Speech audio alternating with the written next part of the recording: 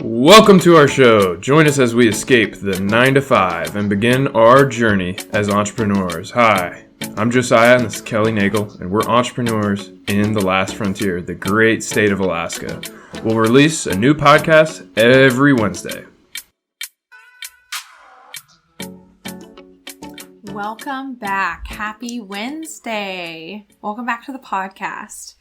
So, today's episode 10. We're starting it off again with the question of the day.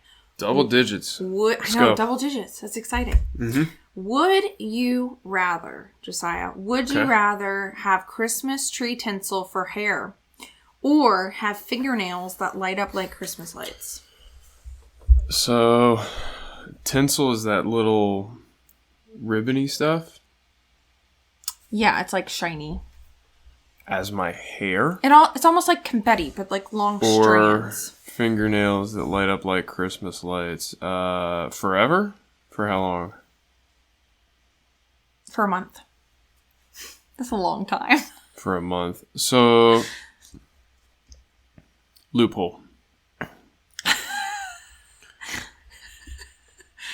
love these. Tinsel so much. hair could just shave my head and go bald for a month. Or I could put a hat on. Or I could wear a wig.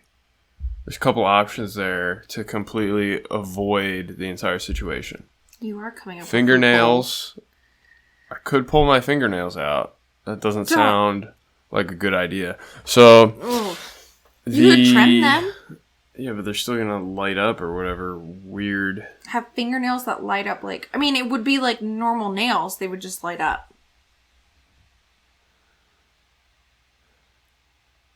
So, there's two directions. The tinsel could easily shave or hide in some way. Although, the more I think about it, the fingernail lights could be kind of cool if it's only for a month.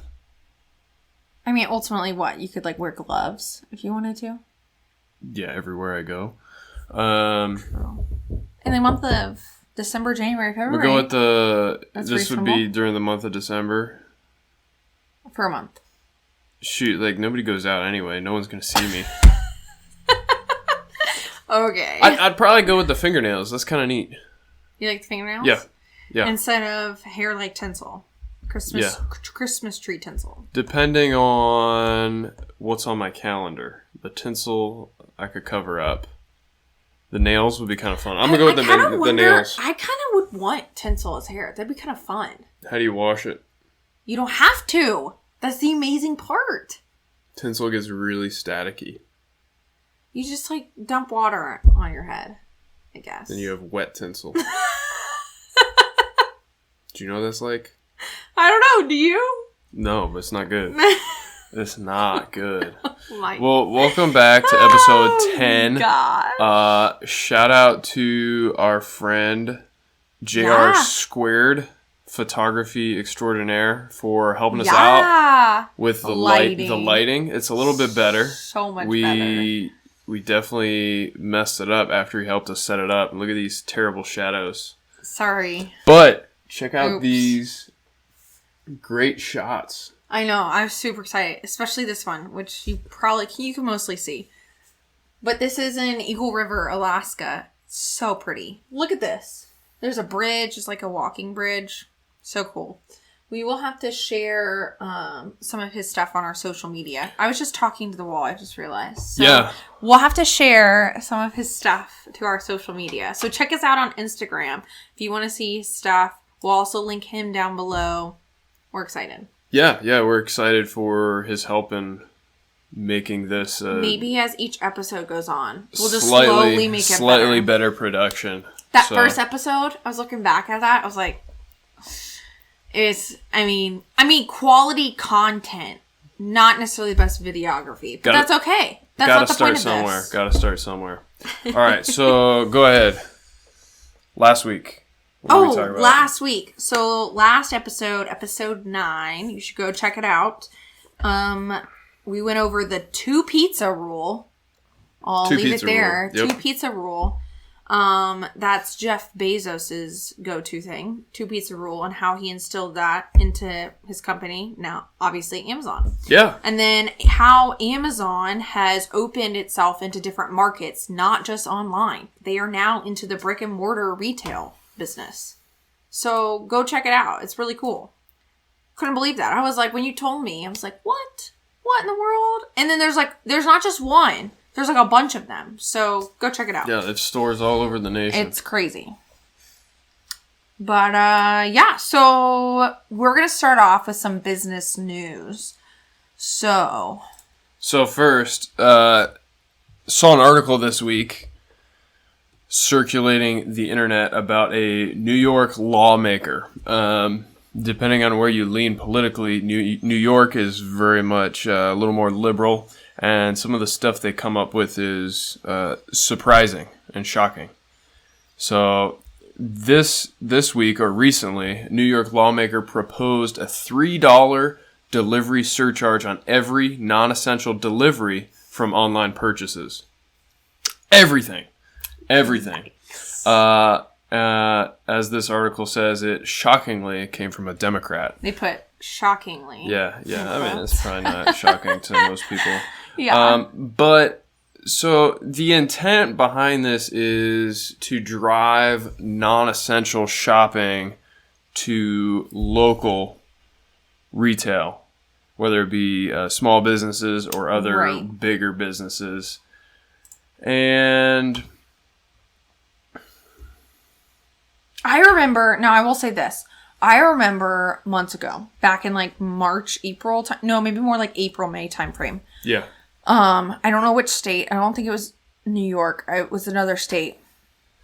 And they had actually shut down, or it might have been a county within that state, had shut down, like, you can't buy anything non-essential, like anything altogether. So not only had they shut down the businesses that were non-essential, whatever that means, and then on top of that, so you'd go into Walmart or locally here, like a Fred Meyer or something, or Walmart. We have Walmart too.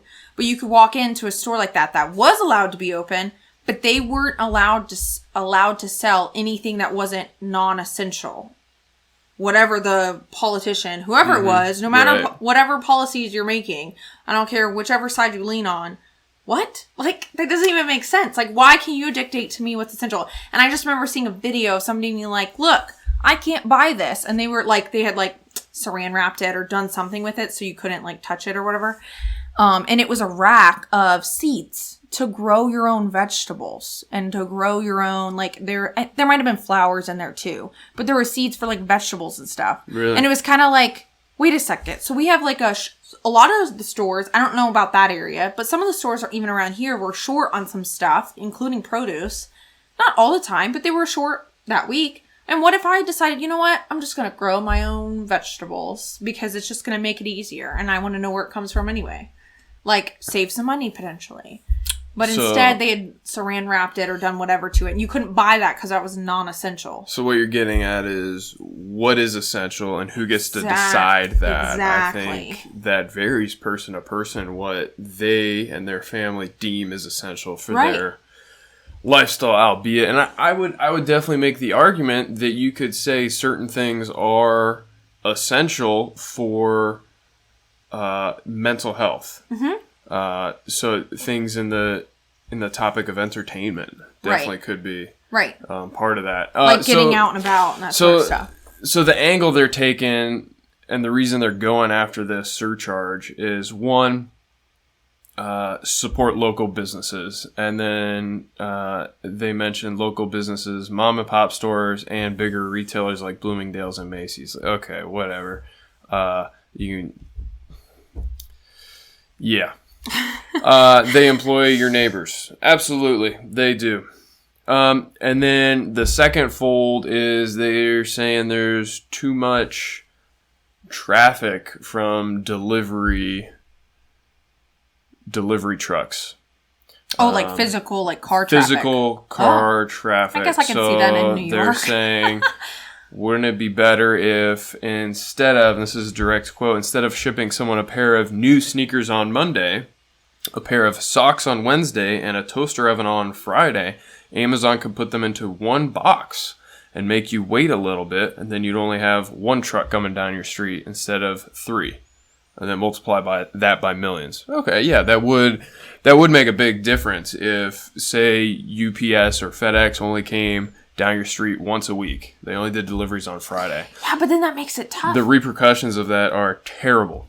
For Logistically, one thing, like, who's going to stock that stuff and just sit on it? Here's a box, and we just have to wait for it to be filled. Yeah, so I think for that one thing that a lot of people might not understand is the Amazon warehouse system.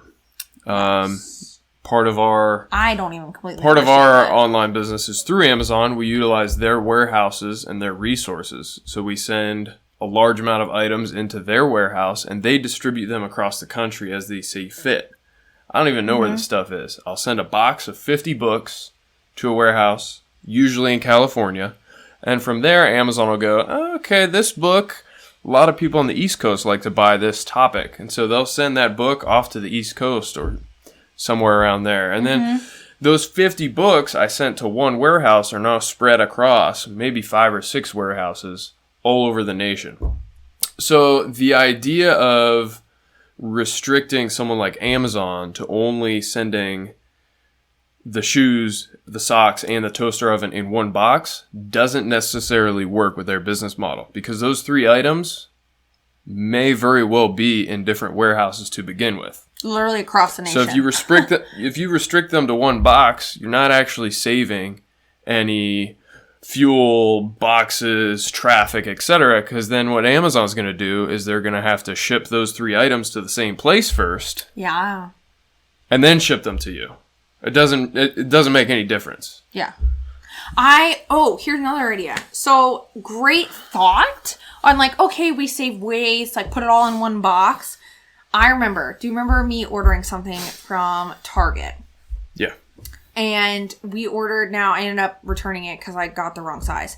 But it was a cast iron, and I thought it was a little bit bigger. It was a cast iron, what do you call it? Pot, pan, whatever. Yeah. Pan. And it was like maybe yay big. Yeah, small, 5-inch diameter. Yeah, it wasn't very big. Right. And I had also ordered this cute coffee mug because I love coffee and coffee mugs. But I have a problem. But it's okay. But they put it in the same box. And the only thing that they put in between the 2 items was this, like, what do they call those? Like air pocket things? Where it's like plastic magnets filled with air and there's like 2 or 3 compartments of it. You know what I'm talking about? I don't know what those are called. Air packs, yeah. Yeah, those air packs. So not like bubble wrap. Like, we're talking like the air packs. By the time it got to me, the air packs had obviously exploded. Well, exploded. Like, they were, like, empty. Like, they weren't null and void. They popped, yeah. Because the cast iron thing was, like, rattling around, I'm sure. And it started scratching up the mug. I was like, what the heck? Absolutely. So, it's like, So, in that instance, like, the toaster oven with the socks, with the, what did you say? Tennis shoes. Some shoes. Like, the toaster oven could, if it's a nice pair of shoes, could end up crushing those shoes, potentially. And you don't want that either. So there's some, like, logistics there of, like, you don't always want that stuff to be, like, smashed. Like, what do they do at the grocery store? If you're having somebody bag your goods, they keep the bread and the eggs separate from a lot of that stuff because you don't want those smashed on your way home. So that, good point. That's, like, you got to think of that regard, too. Yeah, like, if it's, like, just a pile of clothing, like, sure, I don't think that's going to end up harming each other. Like, it's not going to whatever. But potentially, if you throw a necklace in there, it might snag your sweater or something, too. You just got to, like, think about damaging the product. That's a great point. You wouldn't want to put a liquid-type product in with a electronic. Yeah. Now, the liquid shouldn't be leaking if it's packaged correctly. Mm-hmm. But if it does, you don't want to ruin that $1,000 electronic. Right. It's kind of common sense. So there's a lot of potential problems that I think this lawmaker maybe didn't think through. And also a lot of shipping, warehouse, and fulfillment logistics he might not understand. On top of a $3 surcharge for everything. Yeah, everything. That's crazy. A flat surcharge for everything. That's kind of... So then what? So if I ordered like a $2 to $5 item and now I have to pay an extra $3, like, okay, are you going to order it from them? No. But then if I order $1,000 worth of stuff, it's like, well, a surcharge doesn't matter. Yeah, and so it doesn't... Is it per item? Did they make that clear? Is the surcharge per item? Per non-essential item? Per box? Or are you just going to start buying boxes of like, you know what? I'm just going to add this essential item to my order. This $3 essential item. And then now I can order whatever I want. For customers in New York, we throw in a 0.01 cent disposable face mask. Yeah. And so then there's no $3 surcharge. But really, as another, to wrap this up, as another lawmaker in New York pointed out, a tax of $3 per package may hurt Amazon and Walmart indirectly, but it's really a tax on the people who benefit from the competitive prices and convenience of online retailers. So if the tax succeeds in reducing online purchases, it will not generate the projected revenue. That's a good point. They're looking to get another source of revenue for the state and the city, but at the same time, they're looking to discourage that shopping. So you can't have both. You can't have that revenue and discourage people from providing you that revenue. Right. Doesn't work. And then if it fails to shift additional purchases to brick and mortar shops, it merely penalizes New York City residents for shopping online during a pandemic. That's another great point. Yeah. There's a lot of really good reasons to shop online right now, especially with local government mandates regarding shopping in retail locations. Right. Or what if you're quarantined and you can't leave your house, but you need something? Like, what happens then? I mean, I'm sure hopefully you have friends and whatever who could get that stuff to you. But at the same time, if you want to just order something online, that's okay. You shouldn't be penalized for that. Yeah. So we're not trying to talk politics here, but I thought we'd talk about this article real quick to help people maybe think about the broader perspective of what goes into buying something online.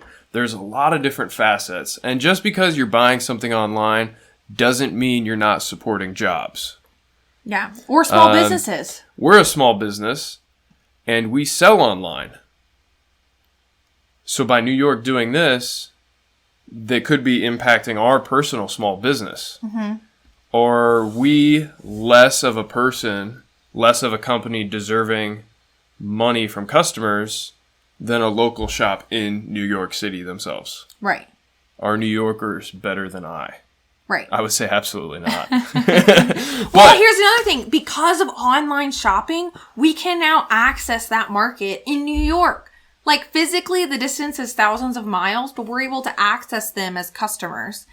Like, what was the likelihood of that before then? Like, they would have to travel to us or us to them. Right. Now, because of the online business and shipping model, you could get that stuff to them. And one last thing to wrap that up, as we've talked about in previous episodes, online shopping is only 5 to 10% of all shopping.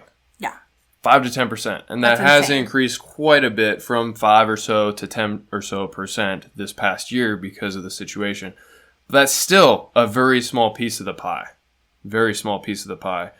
And for businesses that are hurting because of online shopping, they need to get with online shopping if they can. Right. And they also need to realize there's still 90% of the customers out there looking for brick and mortar. So, for sure. Moving on from that, let's talk about side hustles. We talked a couple weeks ago about kind of budgeting, your personal budget, the minimum you need for monthly and yearly to survive, whether it's from a job offer, an hourly wage, or your personal business. Well, I'm a big fan of side hustles. You can do a little extra work on the side, make a little extra income to pay off your debt, boost your income for savings for the future. Pay for fun activities, vacations, whatever. Yeah. And I think everyone should look into a side hustle. Or even just to donate the money. That's incredible too. We've known people that have started businesses just to be able to donate back to a specific organization or way to support somebody, which is awesome. Yeah. So I found an article this week talking about, from a financial website, talking about some side hustle strategies. So we'll kind of skim through it and talk about our experience with side hustles and how we've taken one of our side hustles to a full-time hustle. Yeah. So this lady writes a online blog about financial stuff, and one year she had a lot of extra clothing that she didn't desire to wear, style, or didn't fit anymore. She tried to do a kind of local clothing swap. It didn't work out. With friends, yeah. Yeah, because other people were busy or they weren't interested. And so she still had all this stuff, and she thought, well, there's got to be some way I can get some money from this instead of just taking it over to Goodwill. Nothing wrong with taking it to Goodwill. But she found a way to list it online. So she has a full-time job, speech language pathologist. So probably about 40 hours a week, as most full-time jobs are, which keeps you pretty busy. But I think everybody sits around and wastes some time when they're not on the job. What? Maybe even while they're on the job. So she took a few hours a week to find a way to sell this older clothing that she didn't want anymore online. I'm not sure exactly what marketplace she used, but she started out with reselling. And so from there, now she's making $1,000 to $3,000 a month.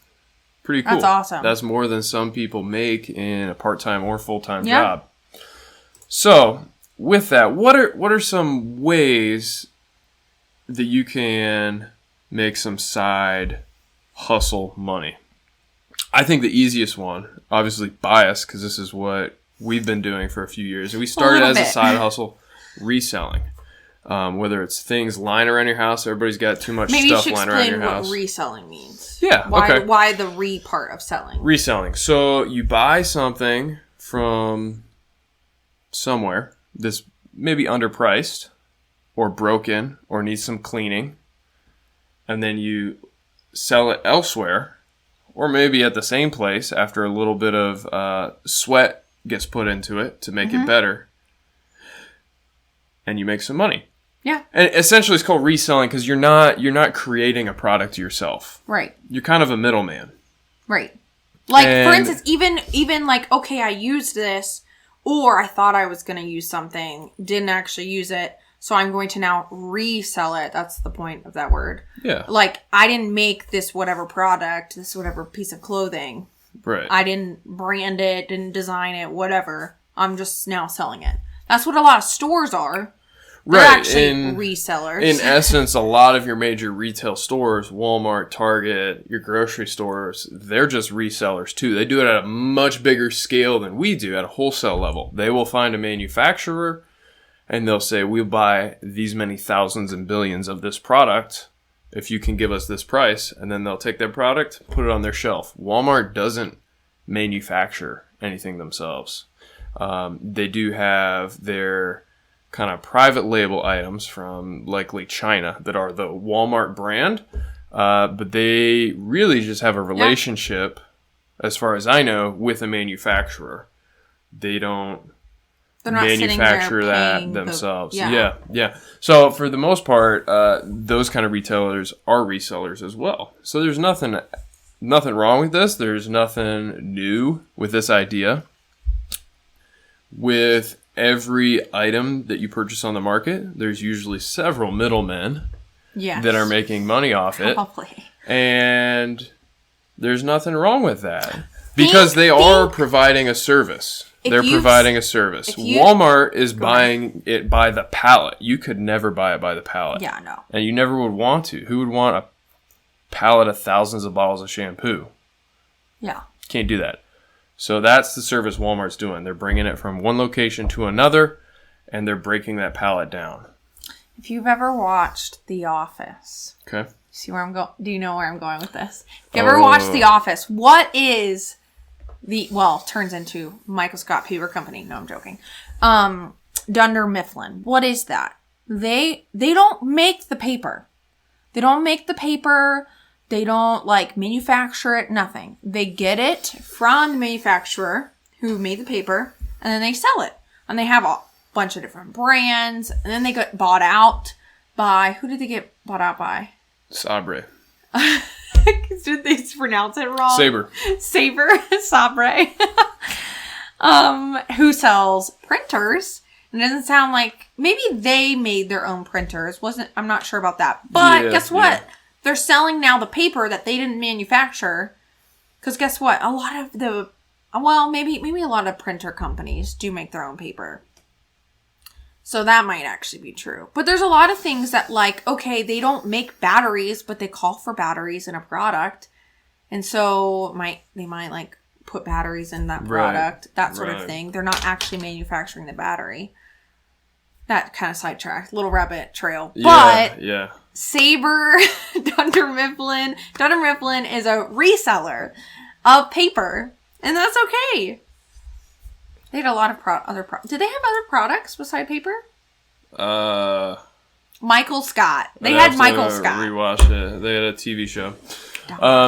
So yeah, to come back to the side hustle thing, yeah, I think reselling is a great side hustle that you can do, even if it's just selling some old stuff that you don't need anymore. Everybody's got closets full of junk, and especially I thought this was kind of a timely episode. Christmas coming up. You might get the new phone for Christmas. Instead of throwing that phone into your closet, wipe it, sell it on somewhere. Facebook, Craigslist, eBay. Yeah. Mercari, OfferUp. There's tons and tons of platforms. And find the one that you're most comfortable with. But make some money off that old tech before it becomes obsolete. There's no reason to keep some paperweights around. And I definitely have a few of those. That, you know, if when I had upgraded my phone in the first place, if I had sold that old phone right then, I could have made a little money. But now that stuff's obsolete and it's worth like maybe $10 for parts, probably. For parts. So I think with tech especially, there kind of is a timeliness to it. But I think that's a excellent side hustle. What are some other side hustles you can do from your hobbies or skills? I think that's a great place to start. Because you just hit on the product market, and then you can go to the service market. Like, what services could you offer to somebody? Yeah, so if you have a hobby or a skill, maybe you're a trained... Let's talk about you for an example. All right? No pressure, So you studied in college engineering. Got a minor in math, right? I so did. A lot of experience with math, especially math. Have a love for kind of the algebra level of math. Algebra is my favorite. Talk about your kind of, I would call it a side hustle that you did for a couple of years. I did, yeah. Using your skills. Yeah, so back, when was this? About 2 years ago. Was it 2 years ago? I decided, I was like, you know what? I'm going to offer tutoring services. But just even before, I think I had decided I was going to offer tutoring services, but I was like, do I offer it like private tutoring? What do I offer? So I had heard about in Alaska, the homeschooling is pretty big, and Alaska as a state offers money. So instead of like going to public school and your money going to that, they offer it through homeschool where you could use that money for your own resources for homeschooling. But you can use that through a charter and then pay for classes, pay for a tutor, pay for, et cetera, et cetera. Like things you need for school, supplies, that sort of thing.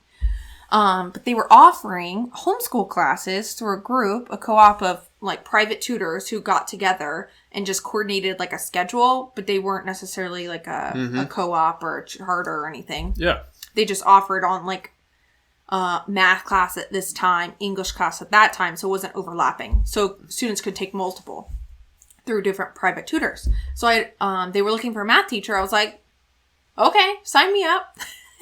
I'll do math. I love math. And so I offered a couple of algebra classes, and then I took on, what else did I take on? Geometry. Yeah, I took on geometry. Yeah. That was fun. I really enjoyed that. And I offered that for about, what was that, a full school year. Yeah, so I would say that's a little bit more intense of a side hustle. But on top of that, I was doing private tutoring as well. Yeah, that's really what I was getting at. Sorry. Yeah. No, there's definitely options there for actually teaching classes. I don't know how common that is in other states. I'm sure there's lots of co-ops and opportunities. In this case, it was great because you didn't need any official teaching certifications. Correct. But you did have to, kind of prove your credibility. Yeah. Math. Mm-hmm. And I'm a good teacher, I think. I don't know. You had a lot of repeat students, not because they failed, but because they moved on to the next level. So you got to qualify repeat students. Not because they failed. But the private tutoring, you could, with that, pick your own schedule. Mm-hmm. For the most part, yeah. And only do it, like a couple hours a week? Yeah. And it can be fairly lucrative as an hourly wage. So talk about that a little bit. Yeah, I mean, it really does depend on the state, too, for that.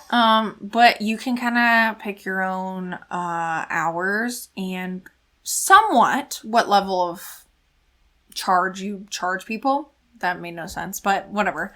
So you can do it at different levels. I mean, I've seen a lot of the times for tutoring, you kind of have like a lower end price for maybe more elementary school level, maybe early middle school, then like a price for maybe upper level like math, for instance, because that might take some more effort and knowledge on the back end to know calculus, that sort of thing. And then I've seen even people apply that to helping private tutor for SAT, ACT. You can charge for that, up price for that, because that takes a lot more effort too, because you're doing a lot more testing with that specific student and like what are they struggling with the test exactly, because it might go beyond just like, okay, they're good at these applications into like they're just not a good test taker, and so you have to teach test taking skills, which is always fun. I like that. Do you? Okay, yeah. so some of the perks of that particular side hustle, taking some of your knowledge and teaching it on your schedule at a rate that you decide what your time's worth. Now, obviously, you're probably not going to find someone, my time is worth $1,000 an hour, and I will be teaching middle school algebra. Right. There might be a market for that somewhere. Yeah. But not where we are. Yeah. Well, maybe in Hollywood Hills, right? Maybe. Well, you could, I mean, I'm sure you could find a market for that, but yeah, there is some sort of that, what's that? Going back and forth. Supply and demand. Supply and demand. So if the supply is high, you tend to lower the prices. If the supply is low, you tend to up the prices because it's a more rare item, that sort of thing. Depending on the demand, absolutely. Right. Yeah, so you can easily make $20 to $50 an hour private tutoring, depending on the subject, your experience level, and what else you offer. I've heard people charge a little bit more. It just depends on the state. Yeah, too. That's a great side hustle. You do a couple hours a month. That's $100, $200. Yeah. For not much extra work. And if it's something you really enjoy, like Kelly did, she now had an outlet to share her joy and passion for math and algebra all the time. It was great. Yeah. I loved it. So that's great. So if you're maybe younger and you don't have any established skills, like being able to tutor different subjects, you could do what I did as a kid, mowing lawns for your neighbors, shoveling snow for your neighbors. I think babysitting. Mm-hmm. Anyone can do that stuff. Even in high school, I remember people would. I played lacrosse, and we would have high schoolers teach lacrosse. Have like lessons, like group lessons, private lessons for lacrosse players who were in elementary, middle school. Like you could do stuff like that, like teach soccer, that sort of thing. Have a private lesson or whatever sport you play. There's plenty of that. I would be willing, even as an adult, to pay a lesson for like ice skating or something, because I don't know really how well to ice skate. I don't know how to ski very well. Yeah. And even if it was coming from a high schooler who's younger than me, that's okay. At that point, it doesn't matter. Like, I just don't know how to ski or ice skate. So if you have a hobby that you're skilled at and you like sharing that skill and teaching others about it, you might as well make some money. Yeah. On a little side hustle. I like it. Or another good idea, like photography, that sort of thing. Any sort of skill that somebody might need on the side. I don't know. Making something. Running errands. Oh my goodness. How many moms would love that? DoorDash. Like a teenager to come by and be like, I'll go get all your things for you. Yes. Please. I would do that. I don't have enough kids for that though. For it to be worth it. Yeah. Yeah. Luke loves going to the store, so I kind of take him to the store a lot right now. There's definitely a lot of opportunities out there, and I think most people could benefit from a couple extra $100, $1,000 a month. And what we're trying to get at is it's easy to do that. It's not hard. And here's another point. You don't have to start out with a huge loan. You don't have to start out with $1,000 invested into your tutoring business, your lawn mowing business, your whatever business. If you had to, would you cut lawns with scissors? Probably not. Maybe get a lawnmower. But you could always borrow someone, like rent it, while you made some money to then save up and buy your own lawnmower. There's 1,000 other ways. You don't have to invest like tons of money into starting a business. I think that's what we want to reiterate. Just like this lady from the article. She didn't start off with $1,000 worth of product that she bought to then resell online. No. She had stuff already, and she then used that to reinvest into like her life, whether it be for fun activities or whatever, or to potentially reinvest into buying more product. Yeah. To then resell. Yeah, that's kind of what we have done with our e-commerce business. We started about 2 years ago. Sounds right. Kind of taking it a little more seriously, and we put a couple $100 into inventory. I think it was exactly $200. I think it was $200, and that's it of our personal money that we put into it. No more. And any profit from that money, reinvested into new inventory and grew it, albeit slowly at first because you're only starting with $200. But we grew it to what it is today, which is now enough to live on full time. Yeah. And that's a great way, because we didn't start off with like, you know what, you're going to quit your full-time job, which you couldn't do in the military. You can't just go, you know what, I quit today, and like, nah. I tried. I put in my 2-week notice many times. I don't think... It was never accepted. I think the format was wrong. Oh, gosh. But, so you grew it slow, and then we actually weren't even expecting to do that. Like, we're talking about different full-time, how you were going to work full-time or whatever. We were discussing things back and forth, different ideas. And then eventually one day we're like, oh, this is actually going really well. Right. Like, just slowly growing it. It's like when you watch a plant grow. You know, it's kind of slow at first, and then at some point, and it's exponential, and you're just like, where did this come from? Like, where's this huge plant? I don't know if you've been watching do you put some on Instagram stories? Yeah, I have, man. We grew these seeds, peppers, hot peppers, and sweet peppers.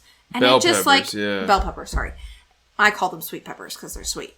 But they grew from seeds to like, now they're just like huge, like, oh my goodness, there's a forest. Pretty excited about it. I'm going to keep posting pictures if you're interested. But the bell pepper. Yeah, you have one. I found another one the other day, but the big one is about this size. That's insane. But there's a hobby that maybe once I figure it out, we can make a little side hustle money from it. Trying kind of a hydroponic setup indoors because we're in Alaska. So maybe we could make some kits in the future with some instruction booklets. And like, hey, this is how you grow some peppers in your house or tomatoes or whatever. Alaska. And I'm sure there's definitely people locally that would be like, that sounds cool, but I don't know how to do that. I don't want to do the setup. Provide a kit and shoot for, $60, $70, you could buy all the supplies for the kit, put it together for them, make a little instruction booklet. Boom. That'd be pretty sweet. Yeah. That'd be pretty sweet. So there's a lot of opportunities, and even if you have a full-time job, I mean, I did it having a full-time job in the Army. Side hustle of reselling. Yeah. And it wasn't too time intensive. Maybe a couple hours a week. I think everybody has a couple hours a week that they probably waste on Instagram or Facebook. Not that Instagram or Facebook is bad, but when you take it to an extreme of like you're just addicted just scrolling through.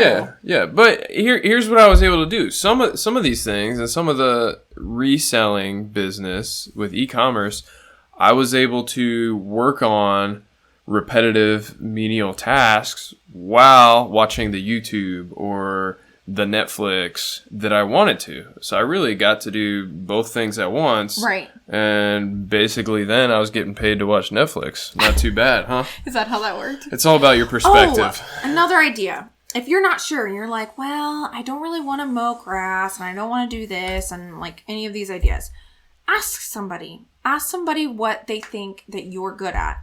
Ask somebody, or like maybe you've already noticed, what do people keep asking me about? And go from there. Maybe you're really good at sewing and you're just like, oh yeah, I get asked a lot to go sew something for somebody and like whatever. Maybe turn that into a side hustle business. Now, you don't have to make it into a like Fortune 500 company. Like maybe that's not your goal and that's okay. You don't have to do that. Maybe you just want a couple extra $100 to go on a fun adventure. Maybe save up for a vacation for the one. Maybe you go on a vacation once a year, twice a year, whatever. You know, $100, $200 a month. That's a lot of money in the long run. Yeah. So here's our recommendations. If this is something you want to do, as we have the year 2021, almost said 2020, the year 2021 very quickly approaching. Yeah. Everybody goes out.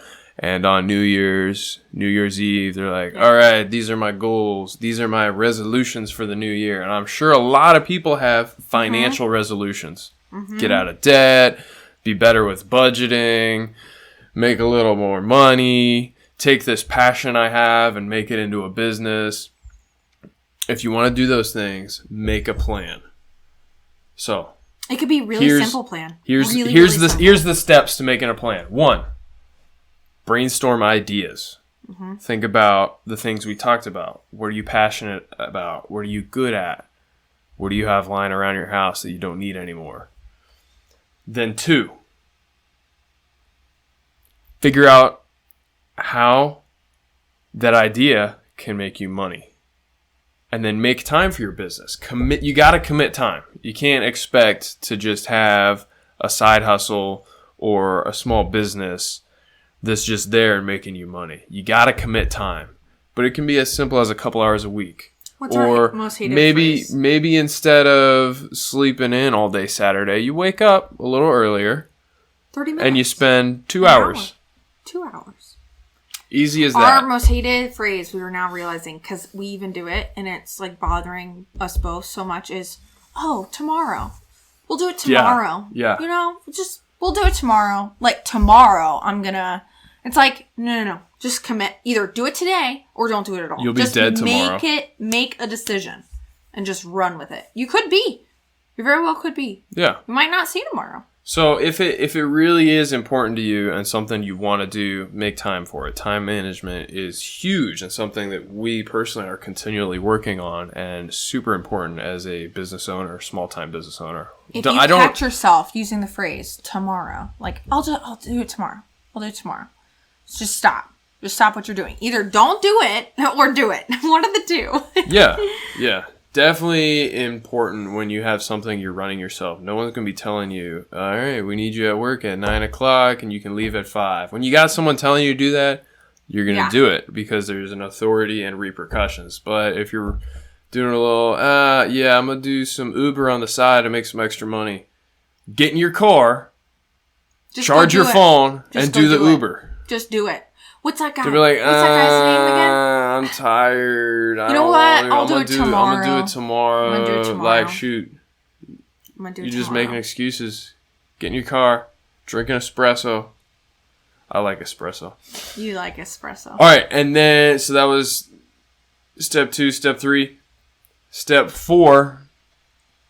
get help if you need help. If you want to grow it or you need help in a certain area of your business, ask for help. Whether it's your spouse or significant other, a friend, or you can hire someone. You can hire virtual assistants. Or even better, you could, let's say you have like no money to invest because you're like, oh my goodness, I'm just reinvesting into my business. I don't have the extra like $500 it could take to do whatever, hire somebody to do this. You could trade with them. If you run whatever business it is, like see if there's somebody willing to offer a barter trade sort of system. Like I will give you whatever, X, Y, and Z, if you can give me X, Y, and Z and your expertise on something. That's huge too. Absolutely. Trade services. Yeah, we're looking for in the process of looking for a new CPA. And I found one who had a website the other day, and I was reading through, I think it was on Instagram, and he was looking for some help with his website. And he had a proposition. Hey, anyone out there who needs some help with their taxes and has some experience with developing websites, let's talk. Let's make a deal. And right there, they're able to barter services. Maybe neither of them necessarily has the extra cash to pay for those services, but they need them. Right. But maybe they've got a little time to use their skills. Or you could barter trade some of that. So maybe you don't have $500, but you have $100. And hey, I'll give you $400 worth of product, service, whatever, in trade for, I can give you $100 of it, but I can't do the full 500 or whatever it is. So you can do a little bit of both. You just work it out. Just make it work. You remember before we moved up here, we watched a lot of those Alaska reality TV shows. We did. They're 100% accurate. Everything they say is 100% true about every part of Alaska. There was one in particular. There was a family that lived in the bush. I don't remember where. In the bush, meaning way out in the middle of nowhere. By themselves. Away from civilization. I think their closest neighbor was a couple hundred miles away. Maybe they were homesteaders or something. And they had to come to town for, I want to say, a dental operation for one of them. I think she had she basically needed a tooth pulled or something. They didn't necessarily have the money to pay for it, or they didn't really want to. And so they worked out a deal with the dentist, and they traded the dentist some food, some game. Salmon. I think it was mostly fish. I think it was mostly salmon. In exchange for the service. Salmon. Nice. Wild caught Alaskan salmon. Oh my goodness. The best. So yeah, I would trade for that. I'd be like, yeah, I'll help you. Absolutely. I could see why that dentist was like, yes, I'll gladly. Yeah. So it's expensive. And then moving on, step 5, reevaluate your hustle from time to time. So it's important to make goals. Because if you make goals, you'll have something to motivate you and keep you on track. And help you with that time management also. Yeah. I like it. And that's what we would recommend. If you're looking for a side hustle in 2021, hit us up if you have any questions. We're not experts, but we've tried a couple different things and we've taken one to full-time income level. And we'll definitely talk about that in a future episode. How to grow it to that level, how to scale it. Any other thoughts? Just grow small. Just grow slow and small. Start small, work your way up. That's the best way. Yeah. That's the best way to do things. I think you learn more that way. And the whole point is to things come in a season. So if, for instance, you're like, I want to start a side hustle, just know that you're going to be small. Don't okay, my next plan is the Apple 11 or whatever it is now. I don't know what the Apple does. But where did Apple start with? Did they only put out their smartphone at the 11 version 11? I don't know. Again, don't know where they're at. No, they started off with the Apple 1.0. They started off with do you remember the iPod? The iPod, the little shuffles, all this stuff. They started off small, right? And they slowly work their way up. I mean, put out your 1.0 version, your 0.0 version. That's what we're doing with this video. As you can see, we're on episode 10. And hopefully the quality of the content and picture now, thanks to JR Squared. Why do you keep calling him like that? That's what he goes by. Is that his official name? It's right there. JR Squared. Yeah. You might be able to see that in the picture, but that's his logo. He's got a really cool logo. I like it. I don't know what I was saying. Me. I guess there's a lot of content out there that I've read before where it's like, okay, first you need like a business license, a business plan that's like 500 bajillion pages or whatever. And then you need to talk to a lawyer and then a CPA. And then you gotta get this like worked out. And then you gotta do this before you start your business. And that's just like not the case. Literally, just start it. Yeah. Now, obviously, at some point, you probably need to transfer funds into its own business account. That should be up there. Also, get a business license at some point. But if you're babysitting on the side, I don't remember what the rule is, and it might be per state too. But at least federally, there's like at some point once you make over $2,000 or something dollars. Yeah, check your state. We're not accountants. Yeah, there's some sort of like every state's a little different. That once you start making over that amount, then you need a business license. Then you need like some more structure. But just start it out, and then you can work from there. Yeah, and I think in most cases, definitely recommend finding a CPA or an accountant. Yeah, there's a lot of help that they can provide. That and you can talk to somebody. You're not going to be able to figure it out on your own. Yeah. Sell them your little ladybugs that you knit. So we'll wrap things up there. Thanks for watching and listening to our ramblings about side hustles. If you have a side hustle, tell us about it. We'd be interested to know more. Yeah. We, as entrepreneurs, have lots of side hustle ideas. We do. And we don't necessarily have the time or resources to act on all of them yet. And nor will we ever have the time to do all of them. So we have to pick the best of the best. It's a little sad, but that's okay. Yeah. But thanks for listening. And tune in next week. Yeah. For episode 11. Well, I think it's going to wait till January. I think it's January, right? That's right. We're going to pause for the holiday Christmas. For Christmas, New Year's. And then in January, we're going to start a... Oh, that's right. Financial. You want to give a little teaser? A little teaser. So, we're going to be talking about money. Money. How this resource can be used for good or bad. When two powers combine. No, I'm just joking. Budgeting, finances, why we don't use credit cards. Why we don't even have a credit score, I think, anymore. I really don't think we even have a credit score. Quite frankly, my dear. I don't care. That's okay. Wow, do you hear that? Neighbor's got some tunes going. Yikes. So stay tuned. We'll have some financial tips coming your way. But let us know if you have any questions. Ask us. We'd love to answer them. But we are not experts on any of these subjects. We are not the expert, but that's okay. We have an opinion. And we're going to share it with you. That's what's great about the internet.